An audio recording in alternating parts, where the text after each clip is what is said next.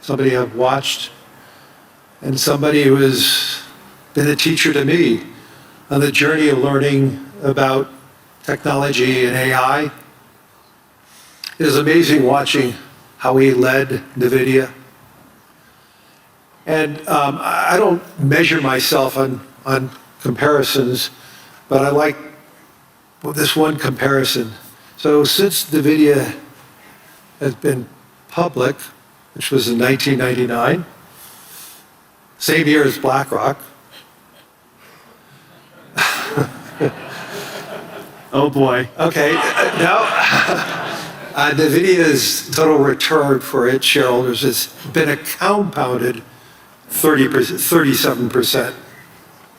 Just think about that. What would that mean to every pension fund if they invested in NVIDIA as an IPO? The amount of successes we have with everybody's retirement.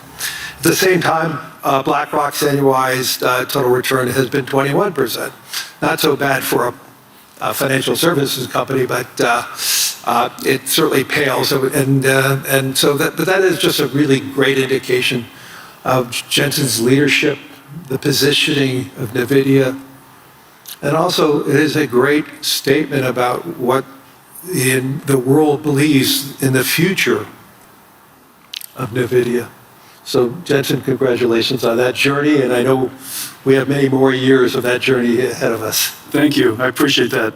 My only regret was at the IPO, after the IPO, I wanted to buy my parents something nice. And so I sold NVIDIA stock at a valuation of $300 million. The company was at a valuation of $300 million, and I bought them a Mercedes S-Class.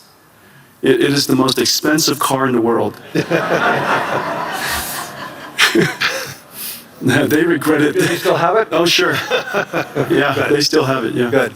Let me go into the subject matter now, but I just want to say, the debate on AI is about how it's going to change the world and the global economy. Today, I want to talk about how AI can add to the world economy, and how AI can increasingly become a foundational technology that everyone in this room can be utilizing, enhancing our lives, enhancing the lives of everyone in the world. And we need to talk about how it's going to reshape productivity, labor, infrastructure across virtually every other sector. But importantly, how it's going to reshape the world, and how can more segments of the world benefit from AI, and how can we ensure that we have a broadening of the global economy, not a narrowing of the global economy. And I can't think of another person who has a clearer view on not just what AI is, but the infrastructure around it, the infrastructure that is necessary to build around it. And because so many of the major hyperscalers are utilizers of what NVIDIA creates, and the whole engagement around the infrastructure around AI and the potential of AI, I think we have a great voice to listen to this afternoon or this morning. So Jensen, once again, thank you. This is his first time here at the World Economic Forum in Davos, and I know you have a really busy schedule, so thank you for taking that time. I appreciate that. So let me go right into it. Why do you believe that AI has the potential to be that significant engine of growth? And what makes this moment, this technology, different than past technology cycles? Yeah, this is, first of all, when you think about AI and you're interacting with AI in all these different ways, ChatGPT, of course, using Gemini, of course, using Anthropic, Claude, of course, and the magical things that it could do, it's helpful to reason back to the first principles of fundamentally what is happening to the computing stack. This is a platform shift. A platform is something where applications are built on top of. And this is a platform shift like the platform shift to PCs. New applications were developed to run on a new type of computer. A platform shift to the internet, a new type of computing platform, hosted all kinds of new applications, a platform shift to mobile cloud. In each and every one of these platform shifts, the computing stack was reinvented and new applications were created. This is a new platform shift in the sense that today you're using ChatGPT. It's important to understand that itself is an application, but very importantly, new applications will be built on top of ChatGPT. New applications will be built on top of Anthropic Claude, for example. And so it's a platform shift in that way. AI is really easy to understand if you realize what it can do that you could never do before. Software in the past was effectively pre-recorded. Humans would type and describe the algorithm or the recipe for the computer to execute. It was able to process structured information, meaning you've got to put the name, the address, their account number, their age, where they live. You create these structured tables that software would then go and retrieve information from. We call it SQL queries. SQL is the single most important database engine the world's ever known. Almost everything ran on SQL before now. Now we have a computer that can understand unstructured information, meaning it could look at an image and understand it. It could look at text and understand it. It's completely unstructured. It could listen to sound and understand it, understand the meaning of it, understand the structure of it, and reason about what to do about it. And so for the first time, we now have a computer that is not pre-recorded, but it's processed in real time, meaning that it's able to take the context of the circumstance, whatever the environmental information, the contextual information, and whatever information you give it, it could reason about what is the meaning of that information and reason about your intent, which could be described in a really unstructured way. You describe it however you want to describe it. We call it prompts. But you describe it however you like to describe it. And to the extent that it can understand your intention, it could perform a task for you. Now, the important thing about this is that because we're reinventing that entire computing stack, the question is, what is AI? When you think about AI, you think about the AI models. But it's really important to understand industrially, AI is actually essentially a 5-layer cake. At the bottom is energy. AI, because it's processed in real time and it generates intelligence in real time, it needs energy to do so. Energy is the first layer. The second layer is the layer that I live in. It's chips and computing infrastructure. The next layer above it is the cloud infrastructure, the cloud services. The layer above that is the AI models. This is where most people think AI is. But don't forget that in order for those models to happen, you have to have all of the layers underneath it. But the most important layer, and this is the layer that's happening right now, the reason why last year was an incredible year, frankly, for AI, is that the AI models made so much progress that the layer above it, which is ultimately the layer that we all need to succeed, the application layer above that. And so this application layer could be in financial services, it could be in healthcare, it could be in manufacturing. This layer on top ultimately is where economic benefit will happen. But the important thing, though, because this computing platform requires all of the layers underneath it, it has started, and everybody's seeing it right now, it has started the largest infrastructure build out in human history. We're now a few $100 billion into it. That's it. We're a few $100 billion into it. Larry and I, we get the opportunity to work on many projects together. There are trillions of dollars of infrastructure that needs to be built out. And it's sensible. It's sensible because all of these contexts have to be processed so that the AI, so that the models can generate the intelligence necessary to power the applications that ultimately sit on top. And so when you go back and when you reason about it layer by layer by layer, and you realize that the energy sector is now seeing extraordinary growth. The chip sector, TSMC just announced they're going to build 20 new chip plants. Foxconn, working with us, and Wistron and Quanta, building 30 new computer plants, which then go into these AI factories. So we have chip factories, computer factories, and AI factories all being built around the world. And memory. And memory, right, exactly. Those chip fabs. Micron has started investing $200 billion in the United States. SK Hynix is doing incredibly. Samsung is doing incredibly. You could see that entire chip layer growing incredibly today. And now, of course, we pay a lot of attention to the model layer, but it's really exciting that the layer above them is really doing fantastically. And now, one indicator is where the VC funding going into. Last year, 2025, was one of the largest years in VC funding ever. And last year, most of the funding went to what is called AI native companies. These are companies in healthcare, they're company in robotics, and company in manufacturing, financial services, all of the large industries in the world. You're seeing huge investments going in to those AI natives because for the first time, the models are good enough to build on top of. So let's just dive a little further. Obviously, everybody, I'm sure, uses their own chatbot and getting information. So, but you're talking about the dispersion of AI is going to be the key.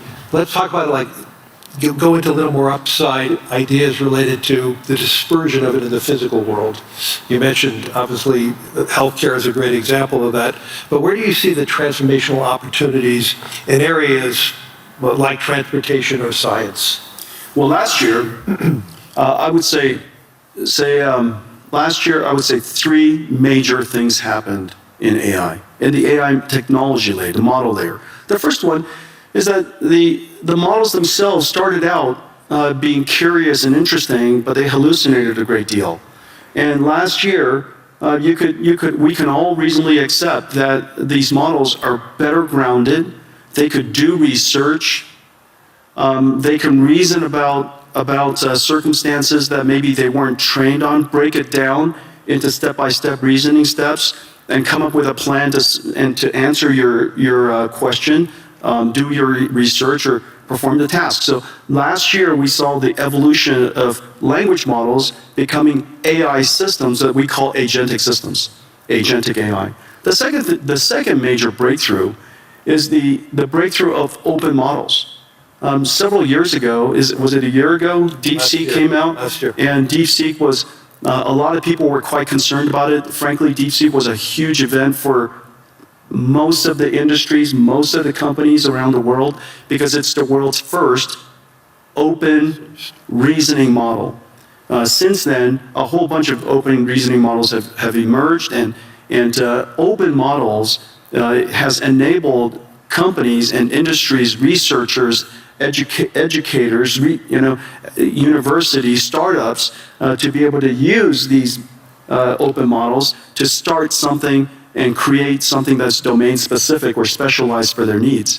The third area that had enormous progress last year was the concept of physical intelligence, of physical AI. AI that understands not just language, but AI understands, if you will, nature. And it could be AI that understands the physical world here, AIs that understand proteins, chemicals, natural physics, for example, fluid dynamics, particle physics, quantum physics, AIs that are now learning all these different structures and different languages, if you will. Proteins is essentially a language. And so all of these AIs are now making such enormous progress that these industrial companies, whether it's manufacturing or drug discovery, are really making great progress. And one of the great indicators is a partnership that we had with Lilly, that they realize now that AI has made such extraordinary progress in understanding the structure of proteins and the structure of chemicals, essentially being able to interact and talk to the proteins like we talk to ChatGPT. We're going to see some really big breakthroughs. So all these breakthroughs raises concerns about the human element. You and I have had many conversations on this, but we need to tell the whole audience, there is a huge concern that AI is going to displace jobs. And you've been arguing the opposite. Obviously, the build-out of AI, as you talked about, the biggest infrastructure build-out in history is going to occur, which energy is creating jobs. chips industries creating jobs, the infrastructure layers creating jobs, land, power, and shell, jobs. I mean, right? It's incredible. So let's get into that in a little more detail. So you actually believe we're going to face labor shortages. And so how do you see that AI and robotics changing the nature of work rather than eliminating it? Yeah, there's several different ways that we could think through it. First of all, this is the largest infrastructure build out in human history. Yep. That's going to create a lot of jobs. And it's wonderful that the jobs are related to tradecraft. And we're going to have plumbers and electricians and construction and steel workers and network technicians and people who install and fit out the equipment. And all of these jobs, in the United States, we're seeing quite a significant boom in this area. Salaries have gone up, nearly doubled. Yeah. And so we're talking about six-figure salaries for people who are building chip factories or computer factories or AI factories. And we have a great shortage in that. And I'm really delighted to see so many people in so many countries really recognizing this important area. You know, everybody should be able to make a great living. You don't need to have a PhD in computer science to do so. And so I'm delighted to see that. The second thing to realize, and so we theorize about the automation of tasks and things like that, and what is the implication to jobs. I'll just offer some anecdotes. These are real world anecdotes of what has actually happened. Remember 10 years ago, one of the first professions that everybody thought was going to get wiped out was radiology. And the reason for that was the first AI that became superhuman in capability was computer vision. And one of the largest applications of computer vision is studying scans by radiologists. Well, 10 years later, it is true that AI has now completely permeated and diffused into every aspect of radiology. And it is true that radiologists use AI to study scans now. The impact is 100%, and the impact is completely real.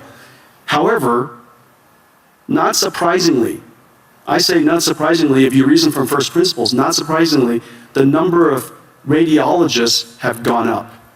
Is that because of lack of trust or is that because the human interaction with the results of AI Exactly. is a better outcome? Exactly. The reason for that is because a radiologist, their job, the purpose of their job is to diagnose disease, to help patients diagnose disease. That's the purpose of their job. The task of the job includes studying scans. The fact that they're able to study scans now infinitely fast allows them to spend more time with patients, diagnosing their disease, interacting with the patients, interacting with other clinicians. Well, surprisingly, also not surprisingly actually, as a result of that, the number of patients that the hospital can see has gone up. Because, there are a lot of people waiting a long time to get their scans done. And so now, because the number of patients have gone up, the revenues of the hospital has gone up, they hire more radiologists. This is the same thing as happening to nurses. We're 5 million nurses short in the United States. As a result of using AI to do the charting and the transcription of the patient visits, nurses spend half of their time charting. And now they could use AI technology, and one particular company, Abridge, a partner of ours, doing incredible work. As a result of that, the nurses could spend more time visiting patients. Human touch. That's right. And because you can now see more patients, and we're no longer less bottlenecked by the number of nurses, more patients could get into the hospital sooner. As a result, hospitals do better, they hire more nurses. And so surprisingly, AI is increasing not surprisingly, AI is increasing their productivity. As a result, the hospitals are doing better. They want to hire more people. You have too many people waiting too long to get into hospitals. And so these are two perfect examples. Now, the easiest way to think about what is the impact of AI on a particular job is to understand whether the job, what is the purpose of the job, and what is the task of the job. If you just put a camera on the two of us, and just watched us, you would probably think the two of us are typists because I spend all of my time typing. And so if AI could automate so much word prediction and help us type, then we would be out of jobs. But obviously that's not our purpose. And so the question is, what is the purpose of your job? In the case of radiologists and nurses, is to care for people. And that purpose is enhanced and made more productive because the task has been automated. And so to the extent that you can reason about each one of the people's purpose versus the task, I think it's a helpful framework. Let's move this beyond the developed economies. Help me understand how AI is going to broaden the world and help the world. I read an Anthropic piece this past weekend that basically said the utilization of AI most recently is very dominant by the educated society. And they're even seeing the educated component of each society being heavily more utilized. And obviously they're using it against their own model Claude, so it may have its own biases. So how do we ensure that AI is a transformational technology, maybe like what Wi-Fi and 5G was for the emerging world? And when you intersect that, what does it mean for the emerging world? And John, how do we broaden the global economy? And two, getting back to the whole job situation with robotics and AI, there is going to be some substitution there. And there's substitution in the United States already going on. We may be creating more plumbers and electricians, but we probably need less analysts at financial institutions. Lawyers need less analysts, because they're able to accumulate the data faster. So let's just pivot on to the emerging world for a second, in the developing world. How do you see that play out? Well, first of all, AI is infrastructure, and there's not one country in the world I can't imagine that you need to have AI as part of your infrastructure, because every country has its electricity, you have your roads, you should have AI as part of your infrastructure. Of course, you could always import AI, but AI is not so incredibly hard to train these days, and because there's so many open models, these open models with your local expertise, you should be able to create models that are helpful to your own country. And so I really believe that every country should get involved to build AI infrastructure, build your own AI, take advantage of your fundamental natural resource, which is your language and culture, develop your AI, continue to refine it, and have your national intelligence be part of your ecosystem. And so I think that's number one. And number two, remember, AI is super easy to use. It is the easiest software to use in history, and that's the reason why it's the fastest growing and most rapidly adopted. I mean, in just a couple of 2-3 years, it's coming up to almost a billion people. I think, first of all, Claude is incredible. Anthropic has made a huge progress, huge leap in developing Claude. Yep. We use it all over our company. The coding capability of Claude, its reasoning capability, its ability is just really incredible. And anybody who has a software company really ought to get involved and use it. On the other hand, ChatGPT is probably the most successful consumer AI in history. And its ease of use and its approachability, I think everybody should get involved. And whether it's somebody in a developing country or a student, it is very clear that it is essential to learn how to use AI, how to direct an AI, how to prompt an AI, how to manage an AI, how to guardrail the AI, evaluate the AI. These skills are no different than leading people, managing people, things that you and I do all the time. So in the future, instead of biological, carbon-based AIs, in the future we're also going to have digital versions of AIs, silicon versions of AIs, and we'll have to manage them. They're just part of our digital workforce, if you will. And so I would advocate that for the developing countries, build your infrastructure, get engaged in AI, and recognize that AI is likely to close the technology divide. Right. Because it is so easy to use and so abundant and so accessible. And so I'm actually fairly optimistic about the potential of AI to lift the countries that are emerging, and for many people who haven't had computer science degree, all of you can be programmers now, And so in the past, we had to learn how to program a computer. Now you program a computer by saying to the computer, how do I program you? And if you don't know how to use an AI, just go up to the AI and say, I don't know how to use an AI. How do I use an AI? And it would explain it to you. And you say, I like to write a program to create my own website. How do I do that? And it would ask you a whole bunch of questions about what kind of website you would like to build, and then write you the code. And so it is that easy to use, and that's, of course, the incredible power of AI, which is exciting. Two quick questions, then we're going to run out of time. We're sitting here in Europe.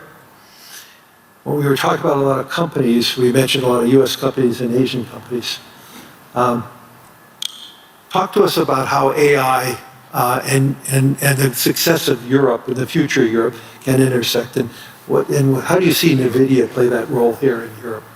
Well, I have the benefit, NVIDIA has the benefit of working with every AI company in the world. And because we're low in the infrastructure layer, and we power AI across the board. And we power AI that are languages, their biology, their physics, their world models, and related to manufacturing and robotics. And the thing that's really, really quite exciting for Europe is, remember, your industrial base is so strong. The industrial manufacturing base in Europe is incredibly strong. This is your opportunity to now leap past the era of software. The United States really led the era of software. AI is software that doesn't need to write software. You don't write AI, you teach AI. And so get in early now so that you can now fuse your industrial capability, your manufacturing capability, with artificial intelligence, and that brings you into the world of physical AI or robotics. Robotics is a once-in-a-generation opportunity for the European nations. And whether it's, all of the countries that I visit here, industrial base is really, really strong. The other thing to realize is that so much of the deep sciences are still very, very strong here in Europe. Right. And the deep sciences now have the benefit of applying artificial intelligence to accelerate your discovery. And so I think that it's fairly certain that you have to get serious about increasing your energy supply so that you could invest in the infrastructure layer so that you could have a rich ecosystem of artificial intelligence here in Europe. So what I'm hearing is we're far from an AI bubble. The question is, are we investing enough? Let's turn it around, because there's so many people talking about a bubble, but the question is, what I'm hearing from you is, are we investing enough to do what we need to do to broaden the global economy? And so one good test on the AI bubble is to recognize that NVIDIA has now millions of NVIDIA GPUs in the cloud. We're in every cloud, we're used everywhere. And if you try to rent an NVIDIA GPU these days, it's so incredibly hard. And the spot price of GPU rentals is going up. Not just the latest generation, but 2-generation-old GPUs. The spot price of rentals are going up. And the reason for that is because the number of AI companies that are being created, the number of companies shifting their R&D budget, Lilly is a great example. 3 years ago, most of their R&D budget, all of their R&D budget, was probably wet labs. Notice the big AI supercomputer that they've invested in, the big AI lab, increasingly that R&D budget is going to shift towards AI. And so the AI bubble comes about because the investments are large. And the investments are large because we have to build the infrastructure necessary for all of the layers of AI above it.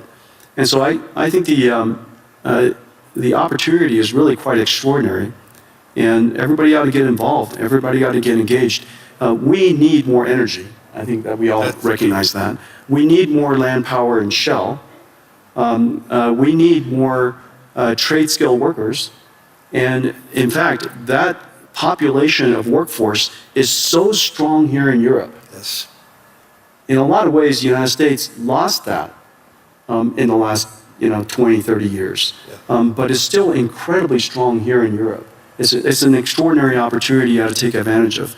And so I would, I know that where Larry and I work, we see the investment opportunities and the investment scale is going up. The number of startups, as I mentioned earlier, that 2025, the largest investment year in VC history, over $100 billion around the world, most of it was AI natives. And so these AI companies are building basically the application layer above. They're going to, and go build this future. And I actually believe it's going to be a great investment for pension funds around the world to be a part of that, to grow with this AI world. And this is one of my messages as so many political leaders. We need to make sure that the average pensioner, the average saver is a part of that growth. If they're just watching it from the sidelines, they're going to feel left out. And we want to invest in infrastructure. Right. Infrastructure is a great investment opportunity. This is the single largest infrastructure build-out in human history. Yep. Get involved. We're out of time. Hopefully everybody in the audience and everybody on the web streaming is seeing the power of Jensen Huang as a leader, not just a leader in technology and AI, but a leader in business and also a leader in heart and soul, which is really important today, having that leadership from the heart and the soul. So thank you, everyone. Thank you, everybody.